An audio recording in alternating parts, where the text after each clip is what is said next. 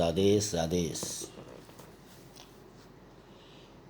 जब चारों तरफ से सनातन धर्म हिंदू धर्म पे विधर्मियों का अटैक हो रहा था, साधना पद्धति में या ऐसे भी, जब उनका प्रचार प्रसार ज़्यादा हो रहा था, धर्म परिवर्तन ज़्यादा करवाया जा रहा था और चारों तरफ जब हानि हो रही थी, सनातन धर्म की जब हानि हो रही थी, तब आदि शंकराचार्य ने, जगत गुरु आदि शंकराचार्य ने जो 10 सेनाओं की, जो 10 साधुओं की 10 सेनाओं की जो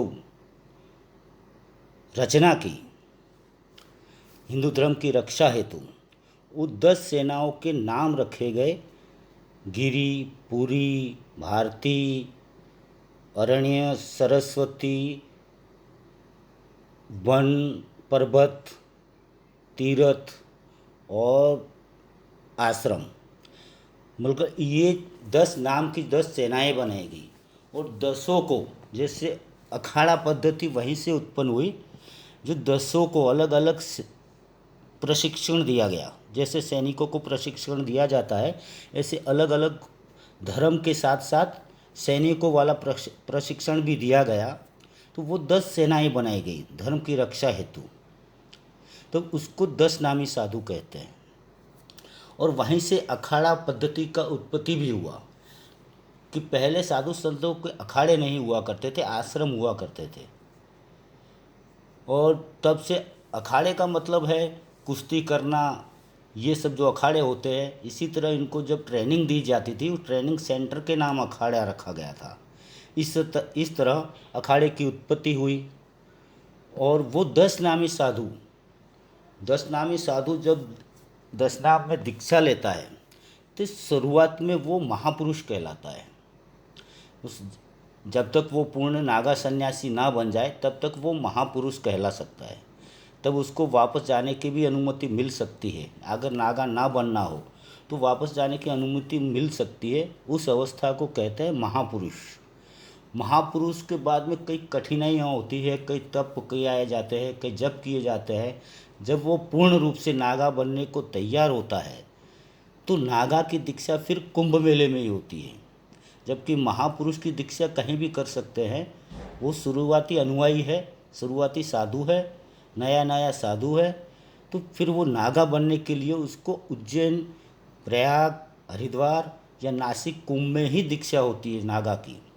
तब उसको मंत्रोच्चार द्वारा लिंग खंडित करके फिर उसको नागा सन्यासी की दीक्षा दी जाती है।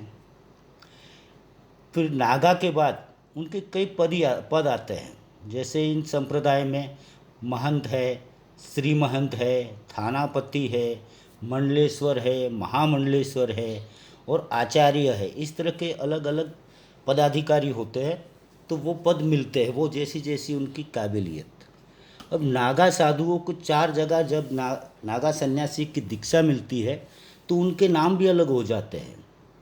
जैसे प्रथम है प्रयाग, त्रिवेणी संगम पर जिस नागाओं की दीक्षा होती है, उनको कहा जाता है नागा साधु, सिर्फ नागा साधु। जबकि उज्जैन सिंहस्थ में जिनकी नागा साधुओं की दीक्षा होती है, उनको बोलते हैं खूनी नागा। उनका मतलब वो मारने मरने को हमेशा तैयार रहते हैं। हरिद्वार कुंभ में जिस नागा सन्यासियों की दीक्षा होती है, उसे कहते हैं बर्फानी नागा। और जब नासिक कुंभ में जिस नागा की दीक्षा होती है, उसको कहते हैं खिचड़िया नागा। तो वो लोग 10 नामी साधुओं में ये ज़्यादा से ज़्यादा भारत के साधु संत 80% साधु इसी पंथ से आते हैं, जिनको सर्वोच्च पद 4 जो शंकराचार्य है, जगत गुरु आदि शंकराचार्य ने जो 4 मठ बनाए हैं, उनके मठाधिकारी जो शंकराचार्य, तत्कालीन शंकराचार्य है, वो उनके सर्वश्रेष्ठ पद है। और इनका मुख्य पूजन गुरुदत्त से है। दत्त पूजन ही उनका मुख्य उद्देश्य है, वही उनको इष्ट मानते हैं। वैसे है सभी शिवपंथी, पर गुरुदत्त को विशिष्ट पूजा रूप में मानते हैं, क्योंकि वहीं से 10 नामी प्रथा की उत्पत्ति हुई थी। अब बात करते हैं नाथ पंथ की। नाथ पंथ है आदि अनादि है। कई इतिहासकारों ने अलग अलग संशोधन किया है, वो कब कौन सी सदी में बताते हैं, कब कौन सी सदी में बताते हैं, पर वैदिक पुराणों में भी नाथों का उल्लेख है, सभी शास्त्रों में भी नाथों का उल्लेख है। तो नाथ संप्रदाय एक आदि अनादि पंथ है। नाथ पंथ में कई पंथ हो गए, फिर पंथों का घटते घटते उनका जब कई पंथों को साथ में मिला के अलग अलग 18 पंथ बनाए गए, फिर 12 पंथ बनाए गए, फिर से 12 से फिर 18 बनाए गए, ऐसे अलग अलग उनका विस्तार होता रहता है। नाथ पंथ में मुख्य दो धाराएं हैं, एक शिवपंथी है जो शिव को इष्ट मानते हैं, दूसरा एक पंथ है गोरक्षपंथी जो गुरु गोरखनाथ को इष्ट मान के उनकी पूजा पाठ करते हैं। जब नाथ पंथ में जो नया साधक प्रवेश करता है, जब तक वो उसका चीरा संस्कार नहीं होता तब भी उसको ओघड़ बोला जाता है। नाथ पंथ का ओघड़ और अघोर का ओघड़ दोनों अलग अलग अवस्थाएं हैं। नाथ पंथ में जो शुरुआती साधु होते हैं, जब तक उसका कान चीरा नहीं हो जाता तब तक उसको ओघड़नाथ जी बोलते हैं। तो ओघड़ का वहाँ ये मतलब है कि अवघड़, जो घड़ा हुआ नहीं है, जो पूर्ण नहीं है, वहाँ ओघड़ का ये मतलब होता है, जबकि अघोर में ओघड़ का मतलब अलग होता है। तो इसमें भी सबसे पहले ओघड़ होता है, फिर दर्शनी बनते हैं, और शिव और गोरक्ष उनके इष्ट होते हैं। 12 पंथ के महंत, 18 के महंत, वो उनके सर्वोच्च पद होते हैं, जो पूरे नाथ संप्रदाय को हैंडल करते हैं, सबकी देखरेख रखते हैं। इसमें कई उपपंथ भी हैं। जहाँ तक मैंने पढ़ा सुना, कई पंथ थे नाथ पंथ में, पर बाद में धीरे धीरे धीरे धीरे धीरे कई पंथों को साथ में मिला के एक एक पंथ बनाया गया। बाकी इनके 9 नाथ 84 सिद्ध, बहुत लंबा चौड़ा कहानी है। तो इसमें नाथ बनने से पहले आपको ओघड़ बनना पड़ेगा। ओघड़ यानी अवघड़, जिसका घड़तर अभी तक नहीं हुआ है। ओघड़, फिर नाथ, फिर उनकी सबसे बड़ी गद्दी आती है। जैसे महामंडलेश्वर होते हैं वैसे उनके होते हैं पीर गद्दी। तो कई जगह पीर गादियाँ हैं नाथ पंथ की, और 12 के और 18 के महंत उनके सर्वोच्च पदाधिकारी होते हैं।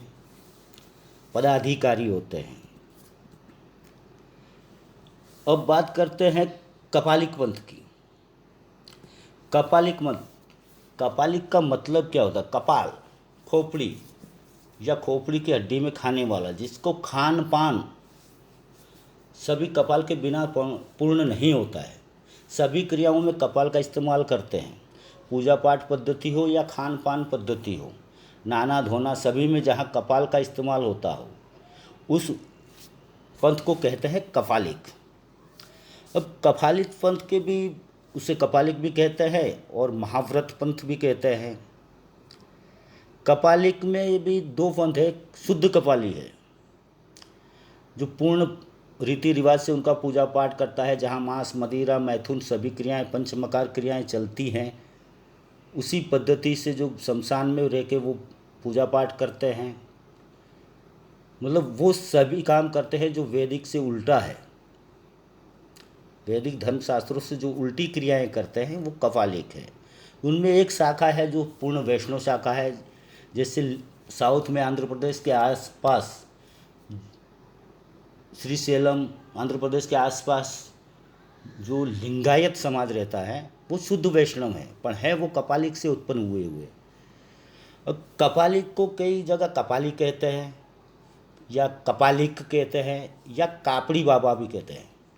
गुजरात में ज़्यादा कापड़ी कहते हैं। तो इसमें सबसे ज़्यादा, कपालिक में सबसे ज़्यादा उल्लेख जलपा, कनिपा यानी जलेंद्र नाथ, कनिपनाथ, उनकी विशिष्ट देन रही है। बौद्ध धर्मों में भी उनका विशिष्ट योगदान रहा है, और कपालिक मत के वो महान संत कहलाए हैं। इनमें 2 शाखाएं और है कपालिक में, जो भैरव तंत्र और कुल तंत्र। कौल तंत्र की उन्होंने रचना की है, जो आगे चल के कौलाचार्य हो गए। इसे कपालिक मंत्र बहुत प्राचीन मंत्र है। वो कपालिक में शिव और शक्ति की पूजा करते हैं। भगवान शिव की और शक्ति की दोनों की पूजा होती है, पंचमकार से होती है। तो इसीलिए, और उनका वेशभूषा, उनका रहन सहन, खान पान, ये सभी देख के कई साधु संत और लोगों ने बहुत उनका बहिष्कार किया है। उनकी साधनाएं राजसिक साधनाएं होती है। कपालिक साधनाएं राजसिक साधनाएं होती है। पूरे ठाठ से साधना होगा, जो भी कार्य होगा पूरे ताम झाम के साथ में होगा। और वो खुद भी राजसिक रह के भी ये साधना करते हैं, राजसिक भाव में साधना करते हैं। तो कपालिक मत के आगे चल के एक कौलाचार मत है, जिसको शाक्त संप्रदाय भी कहा गया है। कौलाचार यानी शाक्त संप्रदाय जो शक्ति को मुख्य रूप से मानते हैं, शिव को भी मानते हैं, मगर शक्ति का उनको विशिष्ट पूजा पाठ होता है। वहाँ 10 महाविद्याओं की उत्पत्ति होती है, जो उनकी देन है। कौलाचार संप्रदाय की 10 महाविद्या उन्हीं की देन है। उनकी साधना भी 3 भाव में होती है, पशु भाव में भी होती है, वीर भाव में भी होते हैं, और दिव्य भाव में भी होते हैं। उनके नीति नियम भी वैदिक पूजा पाठ जैसे ही होते हैं। दिशा, नक्षत्र, माला, मतलब जो जी वैदिक पूजा पाठ में जो होती है, इसी तरह वैदिक पूजा पाठ उनकी वैदिक होती है, उसी तरह की उनकी पूजा पाठ पद्धति होती है। और ज़्यादातर वो वैदिक मंत्रों का ही इस्तेमाल करते हैं। ये पंथ भी बहुत प्राचीन है। उसमें कौलाचार और समयाचार, कौलाचार का मतलब होता है कुल का आचरण, जो कुल चला आ रहा है उसी के आचरण पद्धति पे जो साधना करना है, उसको कुलाचार कहते हैं। उसमें 2 पथ है, कुलाचार और समयाचार, जो अलग अलग है। कुलाचार के या कौल पंथ के जो साधक होते हैं, उसको भैरव कहते हैं। वो अपने नाम के आगे पीछे भैरव लगाते हैं, कहीं भी भैरव लगाते हैं। और साधिकाएँ हैं, वो छिन्नमस्ता अपने नाम के साथ छिन्नमस्ता शब्द जोड़ती है। उनमें मुख्य साधना है पंचमकार साधना और योनि पूजा साधना। और ये सब होने से उनका भी समाज से बहुत बहिष्कार हुआ है। एक पूर्व कौल पंथ में पूर्व कौल है, जो योनि का पूजन करता है। मतलब माँ की योनि चक्र पूजन के अंतर्गत माँ की योनि बना के पूजा करता है। और दूसरा एक पंथ है उत्तर कौल, वो प्रत्येक नारी को सामने बिठा के उसकी योनि की पूजा करते हैं। और इसमें भी अलग अलग पद है, अलग अलग पदवियां हैं। यहाँ हर पद की अलग दीक्षा होती है। जिससे कई संप्रदायों में एक दीक्षा में सभी पद मिल जाते हैं, उनको आगे पद ही हासिल करना है। पर यहाँ पद्धति ये है कौलाचार में कि हर पद पाने के लिए आपको अलग अलग दीक्षा लेनी है। उनके नाम के पीछे भी नंद और नाथ लिखा जाएगा। पहले नाम होगा, फिर नंद और फिर नाथ लिखा जाएगा। ऐसे भी कपालिक में भी है, वहाँ भी नाथ ही लिखा जाएगा। और संप्रदाय के भी कपालिक है, सबके नाम के पीछे उनका नाम का, जैसे गिरी हुआ तो गिरी, पूरी हुआ तो पूरी नाम आएगा। नाथ होगा साधक तो उसके पीछे नाथ आएगा। इसी तरह उसके नाम के पीछे जो शब्द आता है वो कौलाचार में नंद नाथ आता है। इस पंथ का उल्लेख भी सभी जगह है, सभी पंथ इसमें आ सकते हैं। और कई पंथों के अच्छे अच्छे सात्विक साधु संत भी गुप्त रूप से कौलाचार पद्धति से साधना करते हैं। ये तंत्र की मुख्य शाखा है। कौलाचार तंत्र की मुख्य शाखाएं है। और कौलाचार और ये सबको बदनाम इन्हीं पद्धतियों ने किया है, जहाँ योनि पूजा, चक्र पूजन, पंचमकार पूजन, तो कई लोगों ने उनका गलत नज़रिए से देखा है। वैसे ये सभी पद्धतियाँ आती है वाम पंथ के अंदर ही। और इसके बाद लेते हैं अघोर। अघोर क्या है? अघोर यानी कठिनतम से सरलता की ओर जाना, तप करके एकदम सरल बन जाना, मतलब एक अभूत बालक की तरह बन जाना। यही सफ़र होता है, एक अघोर का सफ़र वही होता है। ज़्यादा से ज़्यादा कष्ट सहन करना, ज़्यादा से ज़्यादा तपस्याएँ करना, ज़्यादा से ज़्यादा साधनाएँ करना, और उसके बाद में बिल्कुल अबोध 5 साल या 6 साल के बच्चे की तरह अबोध बन जाना। ये जो प्रवास है उसी को बोलते अघोर। अघोर यानी जैसे सब आप तो जानते हैं, जो घोर से सरलता की ओर जाए, जो अघोर यानी जो घोर यानी विकट, अघोर यानी सरल। तो जो एकदम बच्चे की तरह बन जाए उसको कहते हैं अघोर। तो इसमें भी 3 पद पद आते हैं। शुरुआत में आते हैं ओघड़। जब साधक गुरु से दीक्षा लेके प्रथम ओघड़ अवस्था पाता है, ओघड़ अवस्था में वो कई तामसिक साधनाएं करता है, उनका भाव ही तामसिक होता है। तामसिक साधनाएं होती में भूत पिचास डाकिनी ये सब पूरा शमशान अपने अंडर में करना। उसके बाद में शिव साधना, शिव साधना में मतलब जो शिव के गण हैं और शिव के जो रिलेटेड जो देवी देवता है उनकी साधना करना। उसके बाद में आता है शव साधना। शव साधना मतलब इतनी पावर आ जाती है आप में कि एक मुर्दे को भी आप कुछ फल के लिए जीवित करके कुछ बातें जान सकते हैं उनसे, वो शव साधना। जब ये तीनों परीक्षाएं पास हो जाएगी आप, ये अघोर का मुख्य उद्देश्य है। अब ओघड़ अवस्था क्या है कि ओघड़ अवस्था तामसिक साधनाएं होती है, वो तो दिमाग भी हिला हुआ होता है, और शमशान में रहना, खान पान की कोई व्यवस्था नहीं, जो मिले वो खाना है, जो मिले वो भोग देना है, मतलब कोई प्रपंच नहीं करना है, जो मिला वो भोग देना नहीं। तो सब वहाँ अघोर में भाव मुख्य होते हैं, जो भी देना है भाव से देना है। उसके बाद में कम से कम 12 साल बाद में वो अघोरी बनता है, या अगर गुरु चाहे तो उसके साधना बल पे या उसकी कैपेसिटी पे उसको उससे पहले भी अघोरी बना सकते हैं। अघोर में क्या होगा, अघोरी हो गए, ओघड़ से आप जब अघोरी हो गए, देखो पहले तो ओघड़ शब्द का मतलब होता है शुरुआती साधक। यहाँ कई जगह दर्शनी नाथ उनको जब मिलते हैं तो संबोधित करते हैं ओघड़ पीर या अघोर पीर। ये आपसी संबोधन की भाषा है, अघोर पीर ओघड़ पीर संबोधन की भाषा है। जब वो पूर्ण होके सभी में समझ जाता है, एक ओघड़ समझ जाता है कि अच्छा बुरा रात दिन सुख दुख मतलब कुदरत ने हर चीज़ जोड़े में बनाई है, तो जोड़े में हम उसको स्वीकार करना है। और जब किसी का भेद ही मिट जाए, किसी चीज़ का भेद ही अंदर से मिट जाए और उसमें एक शांति का भाव आ जाए, एक छोटे बालक जैसा भाव आ जाए, एक अबोध बच्चा ऐसा भाव आ जाए, निर्मल हो जाए वो, तब वो अपने आप को अघोरी कह सकता है। अब खुद को तो कोई अघोरी कह ही नहीं सकता, खुद अपने तो कोई भगवान बन ही नहीं सकता, खुद अघोरी नहीं बन सकता। ऐसे वो अघोरी उसके गुरु के द्वारा दी हुई उसकी पदवी है। उसके बाद में तीसरा चरण आता है परमहंस अवस्था। जब तक अघोरी रहेगा तब तक वो संसार के साथ में संपर्क रह सकता है। भाई परमहंस अवस्था, जब वो जीव और शिव दोनों का एक लिंक बन जाता है, तब वो साधक कहीं कंदराओं में अपने आप को बंद कर देता है या हिमालय में चला जाता है।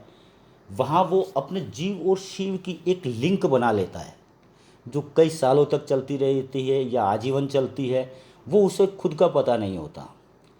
तो वो एक अवस्था है, जो लास्ट अवस्था अघोरी की। तब वो एकांत में अपने आप को बंद कर देता है, ना खाता ना पीता, किसी शारीरिक चीज़ों की आवश्यकता नहीं होती है। अब सवाल ये उठता है कि ये जब उसको किसी चीज़ की आवश्यकता होती है तब उसकी देह पूर्ति कौन करता है, ये आवश्यकताएं कौन पूरी करता है। तो जो उसने पूर्व में जो साधनाएं की हैं, जो शक्तियां अर्जित की है, वही उसका जीवन चक्र, उसका दैहिक संचालन चलाती रहती है। इसीलिए साधक के जीवन में अलग अलग साधनाएं आवश्यक है। परमहंस अवस्था तक पहुंचने के लिए आपको कई साधनाओं से गुजरना पड़ेगा, और हर साधक की निरंतर साधनाएं चलती रहती है। कभी साधक बेकार में नहीं बैठा रहता, समय फालतू नहीं गंवाता, उसकी साधनाएं चलती रहती है। और यहाँ पुरुष और प्रकृति को मुख्य रूप से माना गया है, और इसका अघोर में तमस भाव ज़्यादा है। शिव शक्ति यानी पुरुष और प्रकृति को समान रूप से जो पूजा करता है, सब में समानता देखता है, बुराई किसी में नहीं देखता। अघोरी बुराई किसी में नहीं देखता, वो अपनी बुराई अपने अंदर ही ढूंढता है और उस बुराई को ख़त्म करने की कोशिश करता है। और अघोरी में भी सभी पंथ के हैं, पर नाथ पंथ के कुछ ज़्यादा ही है। तो अघोरी में भी सभी पंथ के साधु संत है। और ये जितनी आपको पद्धतियाँ बताई, ये नाथ पंथ और 10 नामी संप्रदाय, इनको छोड़ के बाकी जितनी प्रथाएं हैं वो वामाचार में हैं। अघोरी हो गया, कपालिक हो गया, कोलाचार हो गया, ये सभी वामाचार कहलाता है। वाम मतलब उल्टा, जो क्रियाएं करनी है उससे उल्टी क्रियाएं करके अपना मकसद हासिल करना। इसीलिए भी लोग उनको हेय दृष्टि से देखते हैं। वैसे मेरा आशय था कि आपको थोड़ी बहुत जो जानकारी है मैं बता दूं, क्योंकि पूर्ण जानकारी तो किसी के पास में नहीं है। शास्त्रों में भी है, इतिहासकारों ने भी लिखा है, वो आधा अधूरा लिखा है। पर मैंने जो कहा वो अपनी कुल गुरुओं से, जो बड़े गुरु भाइयों से जो पाया है, जो सीखा है, वो छोटी छोटी उनका परिचय थोड़ा देने का प्रयास किया है। ये पूर्ण नहीं है, मैं भी मानता हूँ कि आपके मत अलग हो सकते हैं, मेरे मत अलग हो सकते हैं, पर मैं वही करूँगा जो गुरु को परंपरा से मुझे सिखाया गया है। बाकी एक बात आपको खास बता दूँ कि जो दूसरी एक श्रेणी चल रही है मेरी, आपके सवाल जवाब, वो श्रेणी, उसमें आपके उत्तर दिए जाएंगे। पर हाँ, आपके उत्तर तभी दिए जाएंगे जब वो सबके लिए फ़ायदे कारक हो, और मुझे भी अच्छा लगना चाहिए कि इसका नहीं, हाँ मुझे इसका उत्तर देना चाहिए। जो आपका सवाल ही मुझे बोर करेगा उसका उत्तर देने के लिए मैं बाध्य नहीं हूँ। तो वो श्रेणी अलग से चलती रहेगी, बाकी ज्ञान की ये श्रेणी है वो अलग चलती रहेगी। तो दोनों साथ साथ चलते रहेंगे। और आप प्लीज़ ये मत जल्दबाजी ना करें कि मेरे सवाल का उत्तर नहीं आया। मैं किसी का सवाल के जवाब देने का बाध्य नहीं हूँ। जब मेरा मूड होता है तब जवाब देता हूँ। तो आप इंतज़ार करें, तो हो सकता है आपके सवाल का जवाब आपको ज़रूर मिलेगा। आदेश आदेश आदेश।